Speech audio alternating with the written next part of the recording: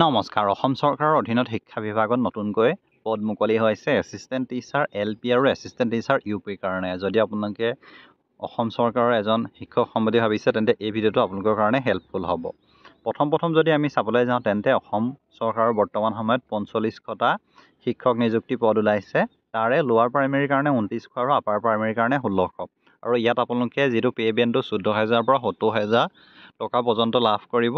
আৰু ইয়াৰ কাৰণে আপোনালোকে কেনেকৈ আবেদন কৰিব সকলোবিলাক ইয়াতে দি থোৱা আছে। আপোনালোকে PRC থাকিব লাগিব অসমৰ আৰু এজ লিমিটটো 18 পৰা 40 বছৰ আৰু ৰিলেক্সেশ্যন পাব ৰিজাৰ্ভেশ্যন কেটেগৰীয়ে।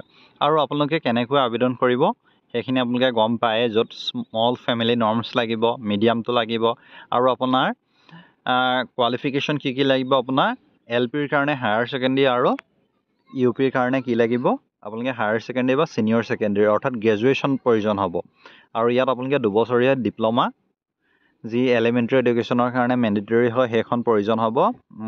BEd নতুবা DLEd দুইটা আপোনালোকৰ কাৰণে প্ৰয়োজন হ'ব। আৰু ইয়াৰ উপৰিও আপোনালোকে কেনেকৈ আবেদন কৰিব ডেছক্ৰিপশ্যনত যি লিংক দিয়া আছে তাৰ পৰা গৈ আপোনালোকে আবেদন কৰিব পাৰিব। মই জাষ্ট আপোনালোকক আপডেটটো দি দিলোঁ যে এনেকৈ আবেদন কৰিব পাৰিব। ইতিমধ্যে ইয়াৰ কাৰণে অনলাইন আবেদন আৰম্ভ হৈছে আৰু কি লাগিব আপোনালোকে নিজে চাই ল'ব পাৰিব। Passport size photograph, SSLC admit card আৰু HS-ৰ marksheet certificate, graduation marksheet certificate সেইখিনি প্ৰয়োজন হ'ব।